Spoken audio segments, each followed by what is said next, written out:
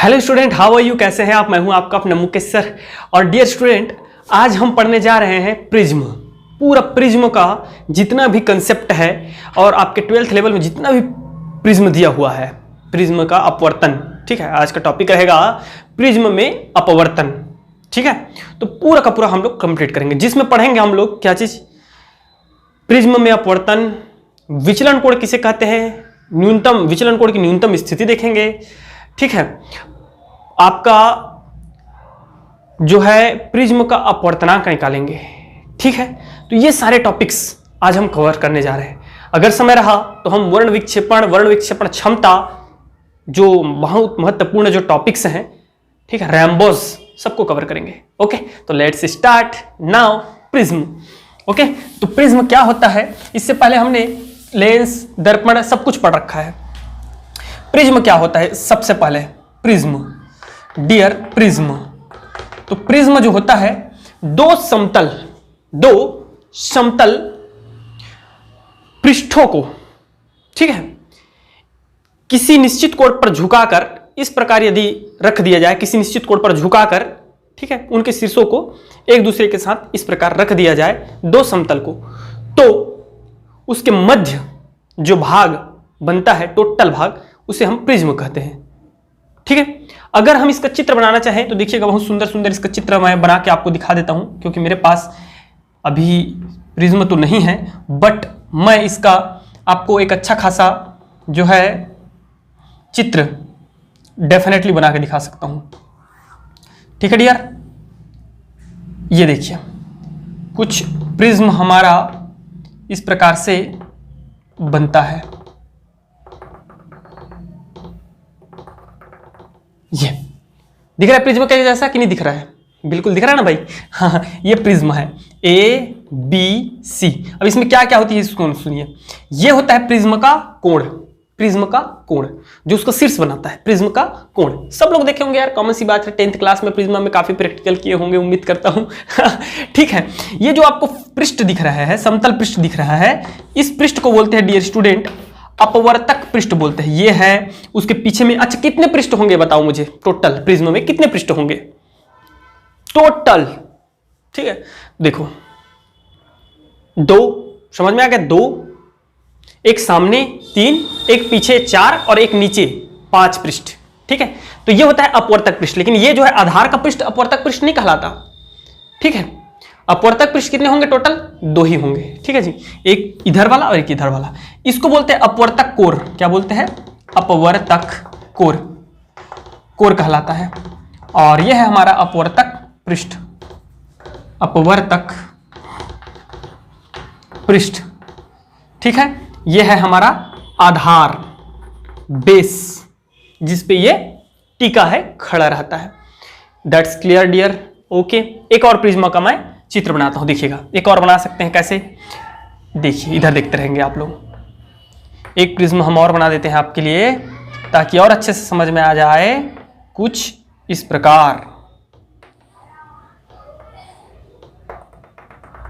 ये है एक प्रिज्म। ठीक है, ये भी एक क्या है? प्रिज्म है। A B C D E F, समझ में आ रहा है? एक अपवर्तक पृष्ठ आपका ये है, ये वाला जो हिस्सा दिख रहा है आपको, ये अपवर्तक पृष्ठ है डियर। ठीक है, एक अपवर्तक पृष्ठ है हमारा ये वाला, ऐसा। अब सामने का फ्रंट नहीं दिख रहा है, ये क्या है? टॉप व्यू है, इसको बोलते हैं टॉप व्यू। ठीक है, ऊपर से हम लोग देख रहे हैं, इसको टॉप व्यू कहलाता है। ठीक है, इसको बोलते हैं फ्रंट व्यू, सामने से देख रहे हैं, फ्रंट व्यू, सामने से देख रहे हैं, वो फ्रंट व्यू है। ये क्या है? टॉप व्यू है, ऊपर से देख रहे हैं। और ये इसका बैक पोर्शन है, पीछे वाला हिस्सा है। समझ में आ गया? तो ये है हमारा प्रिज्म। अब देखते हैं प्रिज्म में अपवर्तन कैसे होता है। प्रिज्म से अपवर्तन उसके लिए मैं एक चित्र बनाऊंगा, ये इसकी आत्मा है। ठीक है, कोई भी डायग्राम जो होता है ना, किसी भी डेरिवेशंस वगैरह में, ये टॉपिक में, तो वो उसकी प्राण होती है, प्राण, समझते हो? बॉडी तो ये होता है, वही मेन उसका आत्मा होता है, उसी से देख देख के सब कुछ आप बना सकते हो। तो मैं एक बढ़िया सा बना रहा हूं, आप इसको रट्टा मार लीजिएगा और समझाऊंगा, ऐसा नहीं है अरे भैया बस समझाने के लिए खड़ा हूं यार, रट्टा मारने के लिए नहीं। ठीक है, लेकिन देख लीजिएगा कैसे बनाना है। एक तरीका होता है बनाने का, ठीक है, वो तरीका मैं सिखा रहा हूं आपको। तो कैसे बनाना है, बढ़िया बड़ा और अच्छा से बनाएंगे। क्योंकि काफ़ी महत्वपूर्ण भूमिका निभाता है ये। एबीसी क्या है? एक प्रिज्म है, जहां AB आप लिख भी सकते हो, ABC एक प्रिज्म है। चलो लिख के बाद में बताएंगे, अभी आपको फिलहाल हम केवल इसके डायग्राम में फोकस करते हैं। ओके, देखते रहिएगा।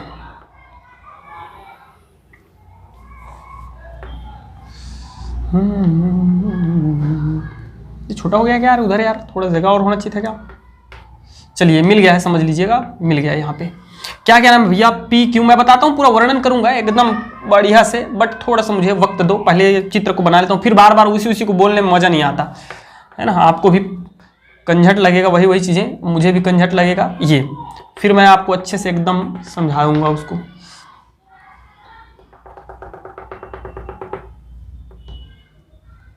क्या चीजें हैं पूरा क्लियर हो जाएगा आपको। ARS PQRS T और यह है U, ABC PQRS T U M N O। दिख रहा है ना चित्र अच्छे से? ठीक है, इसको आपको पता होना चाहिए। अब इसको ज़्यादा नहीं निकालेंगे यार, क्योंकि इधर मुझे डेरिवेशन भी कराना है, बड़ा डेरिवेशन है इसमें। ठीक है, ये है हमारा P और ये है हमारा क्या चीज़ बनाया था इसको मैं, M, है ना। बस इतना सफिशिएंट है। इधर U को उधर उतना दूर ले जाने की जरूरत नहीं है, U N को भी इतना दूर ले जाने की आवश्यकता नहीं है, N। ठीक है, S को इतना दूर ले जाने की जरूरत नहीं है, S। अब चलिए वर्णन करते हैं, बताते हैं आपको क्या क्या चीज़ है। इतना में बस मुझे देखो डेरिवेशन के बस इतना ही हिस्सा मिला है वो है। ठीक है, क्या क्या सुनते जाना रे भाई। माना कि प्रिज्म में अपवर्तन, हेडिंग क्या रहेगा? प्रिज्म में अपवर्तन। प्रिज्म में अपवर्तन आप लोग लिख लेंगे, प्रिज्म में अपवर्तन, रिफ्रैक्शंस थ्रू प्रिज्म। नहीं दिख रहा होगा, टेंशन मत लो, बोल तो रहा हूं ना मैं। प्रिज्म में अपवर्तन, माना कि ABC एक प्रिज्म है जिसका AB एवं AC अपवर्तक पृष्ठ है। AB और AC क्या है? अपवर्तक पृष्ठ है। प्रिज्म का कोण क्या है? A है। प्रिज्म का कोण A है। ठीक है, इस प्रिज्म पर PQ एक किरण आपतित होती है। कौन सी किरण आपतित होती है? PQ किरण आपतित होती है, जो विरल माध्यम से जब सघन माध्यम में प्रवेश करेगा तो यह है क्या है? अभिलंब है। वास्तव में ये क्या बनाया हूं मैं? अभिलंब बनाया हूं। तो ये जाना चाहिए था सीधा ऐसे, लेकिन ये क्या होगा? विरल से सघन में प्रवेश कर रहे तो थोड़ा सा मुड़ जाएगा। तो लिखेंगे PQ एक आपतित किरण है जो P की दिशा में आपतित होकर के QR दिशा में अपवर्तित हो जाती है, एवं RS दिशा में निर्गत हो जाती है। RS दिशा में निर्गत हो जाती है। इसको चलना सीधा ऐसे चाहिए था कि नहीं चाहिए था, लेकिन ये अभिलंब से दूर हटता है। ये देखो अभिलंब ये है ना, तो इधर दूर हटता है, इधर आता है। ठीक है, तो इधर चला जाता है, RS दिशा में निर्गत हो जाती है। That's clear? ओके। जहां ये क्यों है ना, ये पॉइंट जो दिख रहा है वो क्यों है? जहां I आपतन कोण, अब लिखना प्रारंभ कर रहा हूं, देखते जाइएगा सब लोग ध्यान से। जहां I आपतन कोण I that is equal to मैं लिख सकता हूं PQM। क्या लिख सकते हैं? PQM। अपवर्तन कोण क्या है बता दीजिए? अपवर्तन कोण, तो अपवर्तन कोण है dear R that is equal to, कहां है? नहीं है, अभी बताते हैं कहां है। R क्यों लिख दिया आप? रहने दो उसको। ठीक है, आपतन कोण क्या है? I है, एवं सबसे फर्स्ट ये देखिए, ये अपवर्तित हुआ तो अभिलंब के साथ कोण बनाएगा इधर। ये अपवर्तित किरण है तो अभिलंब के साथ जो कोण बनाएगा वही अपवर्तन कोण है, R1। ठीक है, अब वो जो है, अब वो सघन माध्यम से विरल माध्यम में प्रवेश कर रहा है, तो इसके लिए आपतन कोण हो जाएगा R2। ये अभिलंब के साथ, ये अभिलंब है और ये है अपवर्तित किरण, और उसके बाद ये निर्गत हो रहा है, तो फिर से अभिलंब के साथ जो कोण बनाएगा इसको हम लोग IE भी लिखते हैं या I2 भी लिख देते हैं। I2 लिख देते हैं, इसको I1 लिख देते हैं या E लिख देते हैं उसको। चलो वर्तमान में अभी E के रूप में पढ़ते हैं इसको। किसके रूप में? E के रूप में पढ़ते हैं। तो E क्या है? आप निर्गत कोण है। अपवर्तन कोण आपका R1 एंड R2। ठीक है, और निर्गत कोण क्या है? निर्गत कोण थोड़ा सा वर्णन कर देंगे, इतना E है, फिर बताते हैं आपको क्या लिखना है।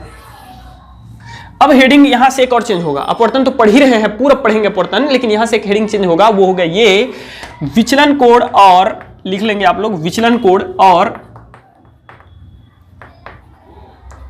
निर्गत कोण में संबंध।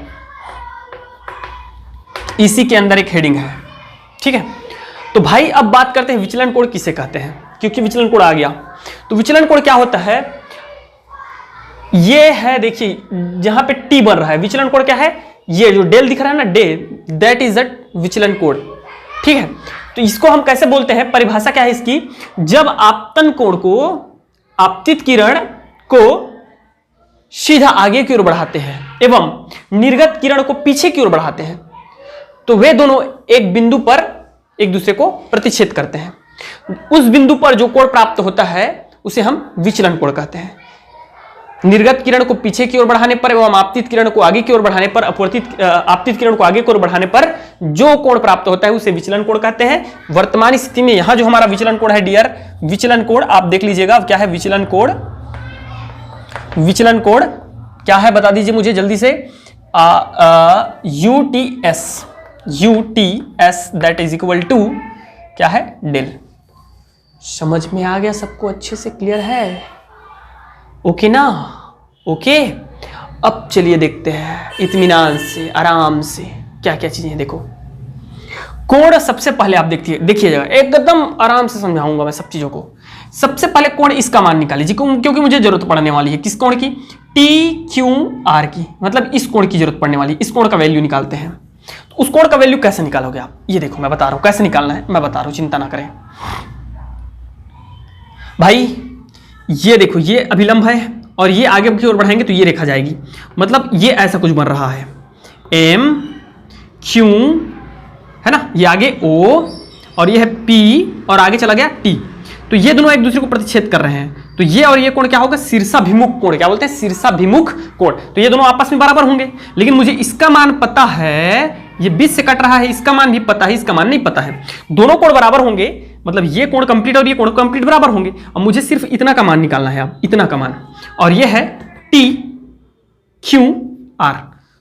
देख लो, इसको बनाते जाना आप लोग भी, बहुत काम आने वाली है, ठीक है। TQR, तो TQR का मान कैसे निकलेगा भाई, ये वाला value MQP that is equal to है TQ ओके, ठीक है। और TQO जो है वो दो कोणों से मिलकर बना है, TQR प्लस RQO मिलकर बना है कि नहीं बना है। तो ये बताओ मुझे, इसका वैल्यू दे रखा है मुझे I that is equal to, अब मैं इसके प्लेस पे रख दूंगा TQR प्लस RQO की जगह में क्या रख सकता हूं, RQO की जगह में रख सकता हूं R1। तो इस प्रकार TQR का वैल्यू क्या आ जाएगा मेरा, TQR का वैल्यू आ जाएगा डियर, आ जाएगा I माइनस R1। आपको दिख रहा है ना, I माइनस R1, इसको इधर भेज दीजिए, तो I माइनस R1, TQR का वैल्यू क्या आ गया, I minus R1। Angle TQR is equal to I minus R1। Book में ढूंढ लेना, किसी भी बुक में ऐसा कुछ नहीं मिलने वाला है आपको, समझ में आ रहा है। ये वैल्यू आ गया, वेरी गुड सर, ये हमको मिल गया भाई, समझ में आ गया सर। नेक्स्ट हमको निकालना है TRQ का वैल्यू, TRQ का देख लो, ये क्या है, TQR है, ये क्या लिखा रहा हूं मैं, TRQ। तो TRQ का वैल्यू सिमिलरली इसी प्रकार आप निकालेंगे। देखो यहां पे क्या है, ये अभिलंब है मेरे भाई, मेरे दोस्त, मेरे यार, है कि नहीं, और ये पीछे की ओर बढ़ा रहा हूं, तो ये एंगल और ये कंप्लीट एंगल इक्वल होंगे, ठीक है। मुझे इस वैल्यू का मान निकालना है, तो E माइनस क्या हो जाएगा, E माइनस R2 हो जाएगा। इतना का वैल्यू निकालना है, ये दोनों बराबर है, तो ये बराबर के उस पार है, अब इसको उधर भेज दो उस पार, तो ये माइनस हो जाएगा, तो इसका वैल्यू निकल आएगा, सिंपल सा चीज। तो यहां पे मुझे आ गया TRQ that is equal to आ गया E minus R1, sorry R2 आ गया, आ गया, आ गया, बिल्कुल। अब मैं जानता हूं मैथमेटिकली ये फॉर्मूला है कि किसी भी त्रिभुज में, मैं बार बार समझा चुका हूं आपको इस चीज को, बार बार कई बार समझा चुका हूं कि बाह्य कोण अंतः कोणों के योग के बराबर होता है, लेकिन उस संगत कोण को छोड़ के जो अंतः कोण होते हैं उनके, त्रिभुज में 3 ही कोण होते हैं, तो एक कोण को छोड़ना है आपको, संगत कोण को, जिसकी इसका संगत कोण ये है, इसको छोड़ देना है। अगर सपोज इसका मुझे मान ज्ञात करना है तो इसको छोड़ देना है, इसके अतिरिक्त तो जो दो कोण होंगे उनके योग के बराबर होता है, तो गामा इज इक्वल टू हो जाएगा अल्फा प्लस बीटा। यही चीज आपको वहां देखना है, इसको मैं पहले भी समझा चुका हूं, ठीक है। अगर मैं इधर आगे बनाऊंगा ना और इसको नाम दे देता हूं थीटा, तो इसका मान क्या होगा पता है, theta that is equal to हो जाएगा, और इसको नाम दे देता हूं फाई, तो इसका मान क्या हो जाएगा पता है, थीटा का मान इसके संगत को छोड़ दो, इसके बराबर हो जाएगा, बीटा प्लस फाई हो जाएगा। ये चीज मैं समझा चुका हूं पहले ही आपको। और जो मैथ्स के स्टूडेंट होंगे भैया तो उनको तो फिर कोई प्रॉब्लम ही नहीं होगा, हर्रा लगे ना फिट करी और रंग आए चोखा। ठीक है, तो कैसा चोखा रंग आने वाला है, इधर देखो सब लोग। बाह्य कोण है डेल, विचलन कोण, कोण UTS, टी पर बन रहा है ना UTS बाह्य कोण, दैट इज इक्वल टू हो जाएगा एंगल अंतः कोण TQR, TQ। अच्छा त्रिभुज में पहले लिख देते हैं, चलो त्रिभुज, कौन से त्रिभुज में, TQR में, TQR में, TQR में है हमारा UTS that is equal to angle UTS that is equal to TQR plus TRQ। त्रिभुज TQR में देखेंगे, TQR में बाह्य कोण UTS that is equal to TQR plus TRQ, है कि नहीं है।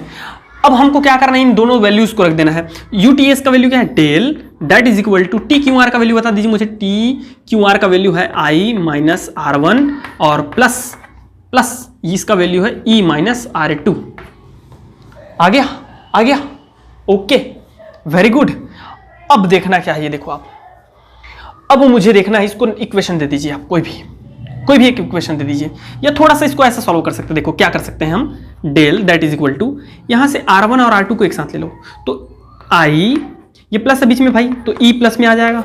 ठीक है, दोनों में माइनस, इसलिए मैं माइनस कॉमन निकाल देता हूं और ये हो जाएगा R1 plus R2, equation number 1।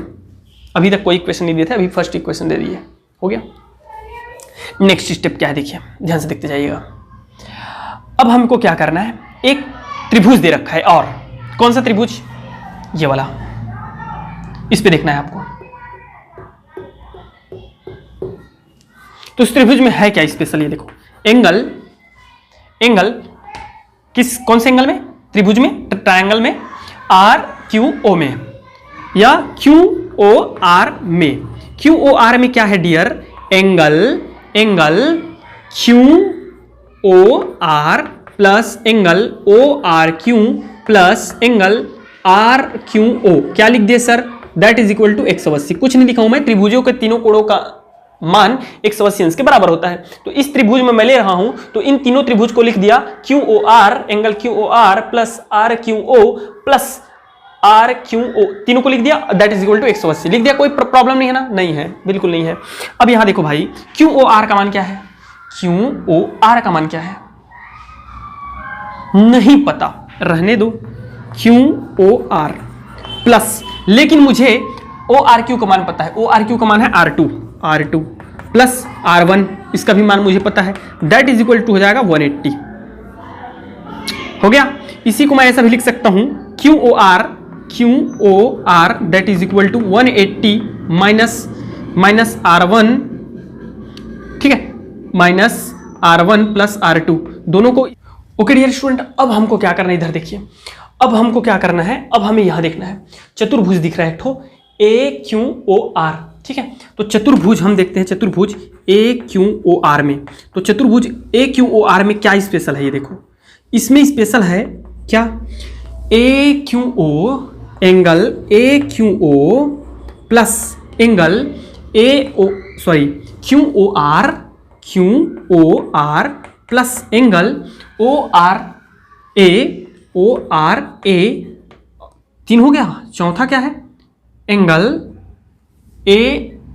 अरे कैसे हो गया यार, AQO, ओके, QRA हो गया, दो ठो QRA, उसके बाद थर्ड आ जाएगा हमारा ORA भी आ गया, ORA आ गया, RAQ, ठीक, RAQ, तीन, चार एंगल हो गया। और हम सब जानते हैं चतुर्भुज के चारों कोणों का योग 360 होता है।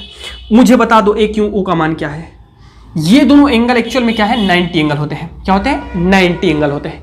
ये दोनों एंगल कितने हैं, 90 एंगल। तो ये हो जाएगा डियर हमारा 90 प्लस QOR का मान, QOR का मान आप यहां से देख लीजिए, QOR का मान दे रखा है हमको 180 माइनस R1 प्लस R2, इसीलिए तो निकाले हैं मेरे भाई, इसीलिए तो निकाले हैं उसको, प्लस प्लस उसके बाद बताइए क्या है, ओ आर ए, तो ये आमने सामने का भुजा ओ आर ए, ये भी कितना हो जाएगा 90 हो जाएगा, वेरी गुड।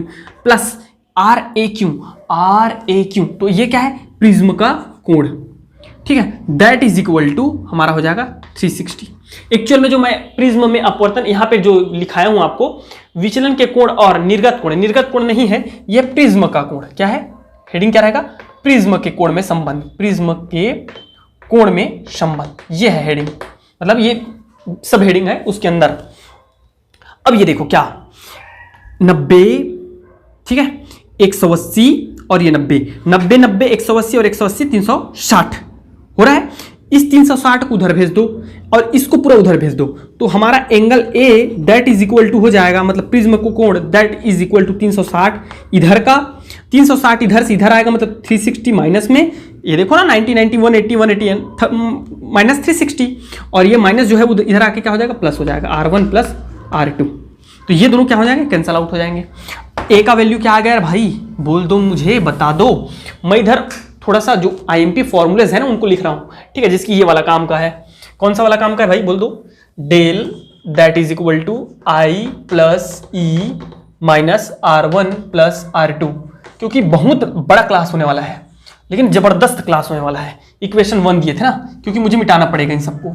एक दूसरा मेरा इक्वेशन आया है A is equal to R1 plus R2, ठीक है डियर, ये इक्वेशन नंबर 2 दे देते हैं इसको। कौन सा इक्वेशन है, 2 है। आप किसी को जिसको नोट करना होगा तो प्लीज पॉज करो वीडियो को और नोट कर लो, पूरा नोट कर लो, समझ में आ रहा है, इतना को पूरा नोट कर लीजिए, क्योंकि मैं मिटाने जा रहा हूं। ओके चलिए ओके, अब हम क्या करेंगे, ये देखिए, अब हम क्या करेंगे, एक से इक्वेशन 1 से देखते हैं। समीकरण 2 का मान कहां रखेंगे, समीकरण 2 का मान 1 में रखेंगे, मान 1 में रखने पर बोल दो क्या होगा, बोल दो del that is equal to I plus E minus इसके प्लेस पे रख दूंगा मैं ए, और रख सकता हूं R1 प्लस R2 की जगह में ए रख दिया, इसको इधर लेके आ जाइए, तो del plus A that is equal to I plus E, ये है हमारा इक्वेशन नंबर थर्ड। इसको पहले मैं सेपरेट इधर लिख लेता हूं, ठीक है, क्या है, del plus A that is equal to I plus E, ये आया हमारा इक्वेशन नंबर 3। अब ये क्या हमको बता रहा है, ये सुनो आप, इक्वेशन 3 क्या बता रहा है कि संबंध है, यही संबंध है विचलन कोण और प्रिज्म के कोण में।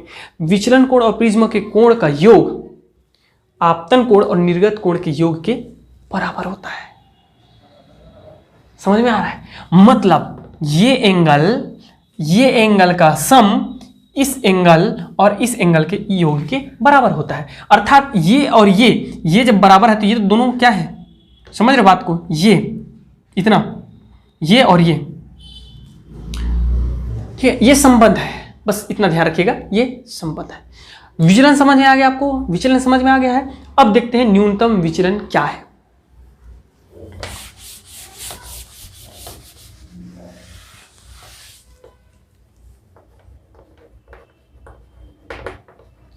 देखिए डियर क्या है, सुनिए, न्यूनतम विचलन कोण,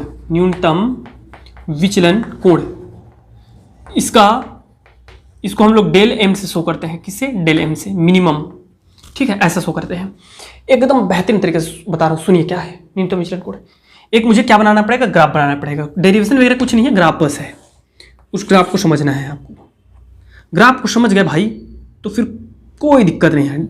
एक्चुअल में यू टाइप का ग्राफ बनाना है, कैसे टाइप का, यू टाइप का ग्राफ बनाना है। अब सुनिए क्या होता है, मैं बता रहा हूं आपको, ध्यान से सुनते जाइएगा। ये है हमारा आपतन कोण,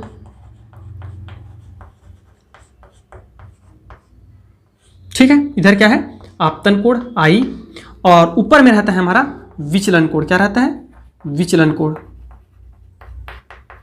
डेल, ठीक, ये विचलन कोण, y एक्सिस में विचलन कोण, x एक्सिस में आपतन कोण। सुनो, लिखो, चलो लिखो, क्या लिखो, विचलन कोण क्या है, लिखो, न्यूनतम विचलन कोण, विचलन कोण का मान आपतन कोण पर निर्भर करता है, आपतन कोण पर निर्भर करता है। ज्यों ज्यों आपतन कोण के मान को बढ़ाया जाता है, इधर आपतन कोण के मान को बढ़ाया जाता है, त्यों त्यों वैसे ही विचलन कोण का मान कम होने लगता है। कम होने लगता है। इसको बाद में समझाता हूं ग्राफ को। कम होने लगता है। एक विशेष आपतन कोण के एक विशेष मान के लिए विचलन कोण का मान सबसे न्यूनतम होता है। उसके पश्चात आपतन कोण के मान को बढ़ाने पर विचलन कोण का मान बढ़ने लगता है। तो उस विचलन कोण के न्यूनतम मान को आपतन कोण के एक विशेष मान के लिए विचलन कोण का मान न्यूनतम होता है। उसके पश्चात आपतन कोण के मान को बढ़ाने पर विचलन कोण का मान बढ़ने लगता है। तो उस न्यूनतम मान को ही हम लोग बोलते हैं न्यूनतम विचलन कोण। ठीक है, इसे डेल एम से प्रदर्शित करते हैं लाइक दिस। समझ में आ गया? नहीं समझे?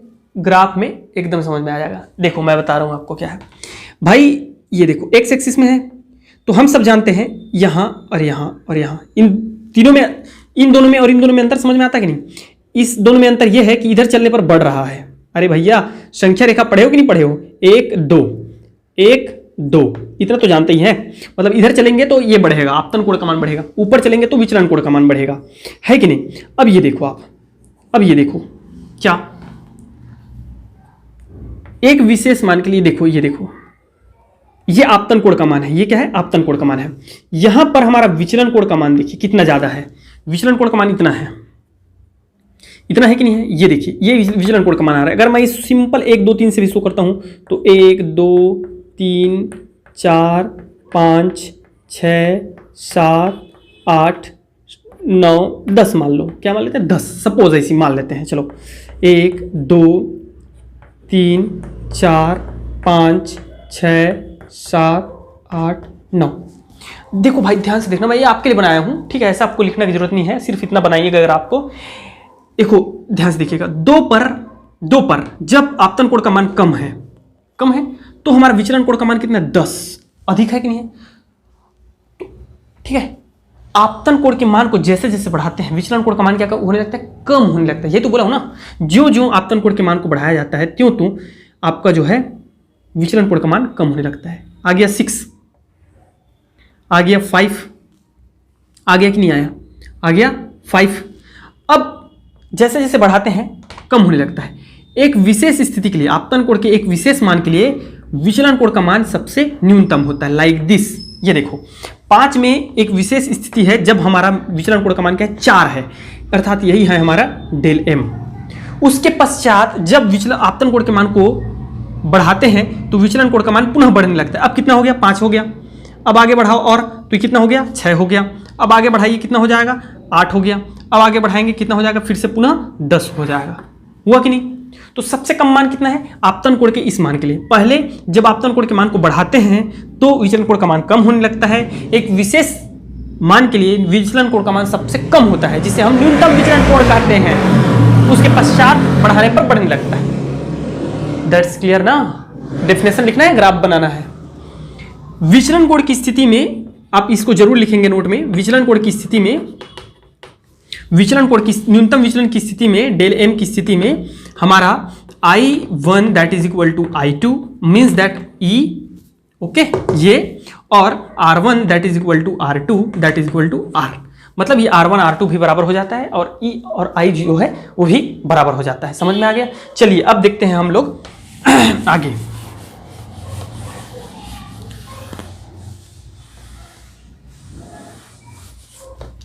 हेडिंग रहेगा पतले, इसी का है, सब प्रिज्म के अपवर्तन के अंदर चल रहा है सब कुछ। पतले प्रिज्म द्वारा अपवर्तन, ठीक है, प्रिज्म में के अंदर ही, प्रिज्म में अपवर्तन के अंदर सब कुछ चल रहा है, अपवर्तन। ये लीजिए, पतले प्रिज्म द्वारा अपवर्तन में चित्र यही रहेगा डियर, सब में चित्र यही रहने वाला है। चेंज सिर्फ कितना कर देना आप लोग, ई के प्लेस पे रख देना I2। क्या रख देना? I2।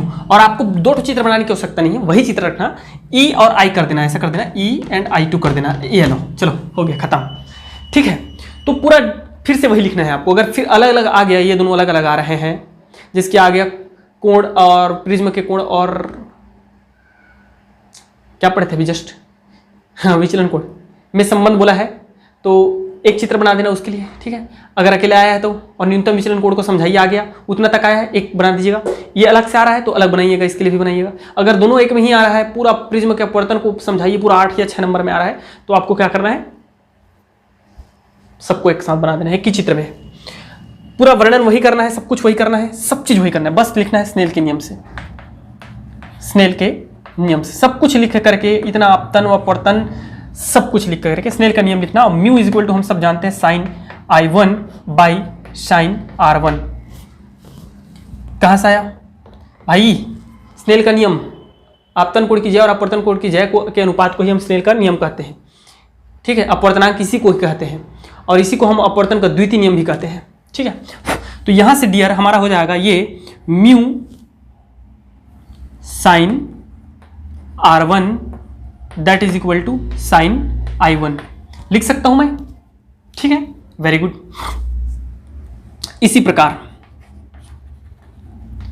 प्रकार इक्वेशन देते जाइएगा ना, 3 इक्वेशन तक हम पहुंच चुके हैं, 3 इक्वेशन तक पहुंच चुके हैं। और ये है हमारा I that is equal to E, ये है हमारा चौथा इक्वेशन, लिख देना इसको, ठीक है, न्यूनतम विचलन की स्थिति में। इसी प्रकार देखिए, ये तो हो गया वायु से पदार्थ अंदर जा रहा है तो पदार्थ का अपवर्तनांक, प्रिज्म का अपवर्तनांक। अब प्रिज्म से बाहर निकल रहा है तो mu that is equal to, यहाँ क्या हो जाएगा आपका प्रिज्म के, मतलब ये सॉलिड से बाहर निकल रहा है ना, तो मैं इसको ऐसे लिख सकता हूँ, देखो 1/5 म्यू, कैसे, इधर सुनिए मैं बता रहा हूँ, ध्यान से सुनते जाइएगा।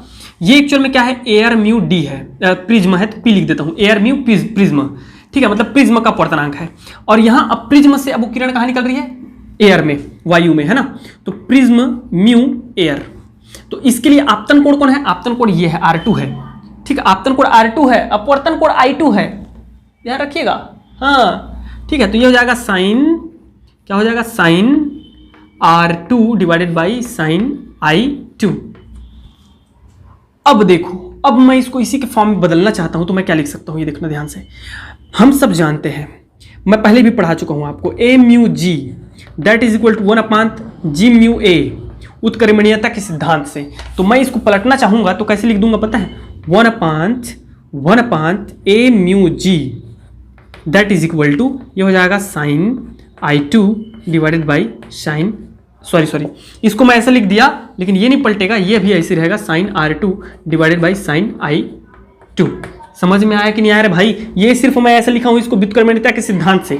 अब मैं पलटूंगा तो ये हो जाएगा A mu G that is equal to sine I2 divided by sine R2। लिखा जा सकता है कि नहीं लिखा जा सकता, बोलो यस सर। अब इसको मुझे ए म्यू जी लिखने की आवश्यकता नहीं है, सॉरी ए पी है, ठीक है, पी, ठीक है। तो प्रिज्म की, ये चूंकि प्रिज्म का अपवर्तनांक, भाई इसको हम बोलते हैं निरपेक्ष एब्सोल्यूट, ठीक है, रिलेटिव इंडेक्स, ये जो है हमारा निरपेक्ष अपवर्तनांक कहा जाता है। निरपेक्ष अपवर्तनांक मतलब सीधे सीधे उस पदार्थ का अपवर्तनांक, प्रिज्म का अपवर्तनांक है ये। तो प्रिज्म का अपवर्तनांक है तो इसको ऐसा कुछ लिखने की जरूरत नहीं है हम, क्योंकि हमको पता है हम प्रिज्म के लिए निकाल रहे हैं, प्रिज्म का अपवर्तनांक निकाल रहे हैं, लिखने की आवश्यकता नहीं, इसका सिर्फ मल्टीप्लाई कीजिए, साइन, ये हो जाएगा mu sine R2 that is equal to sine I2, हो गया। इन दोनों में आपको क्या करना है, इक्वेशन नंबर इसको दे दीजिएगा 5, इसको इक्वेशन नंबर 6 दे देंगे।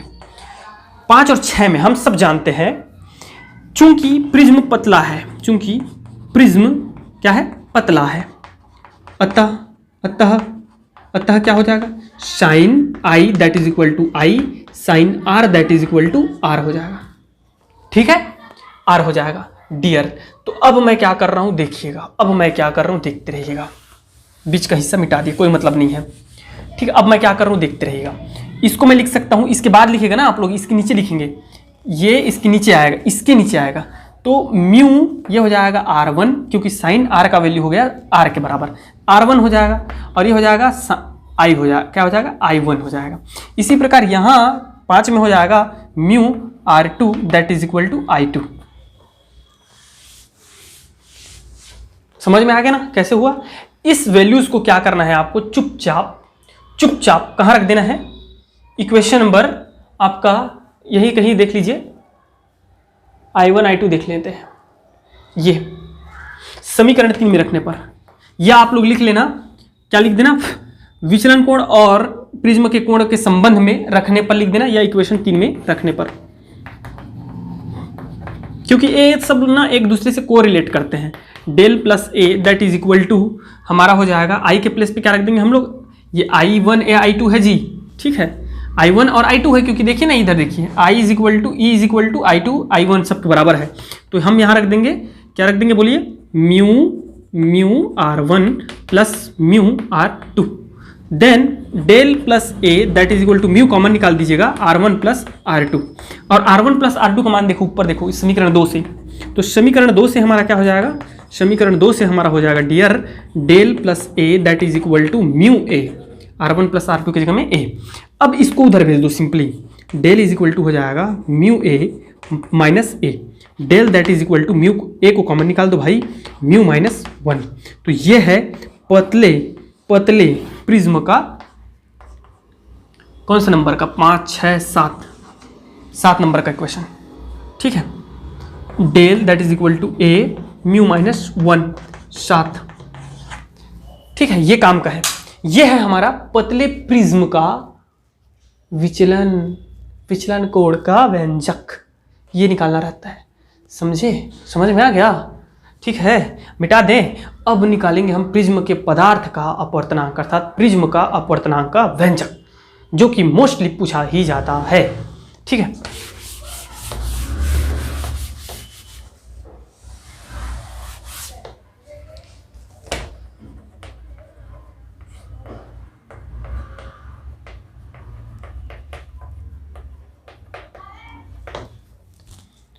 देखो भाई, सुनना ध्यान से मेरी बात को, एकदम केयरफुली सुनना।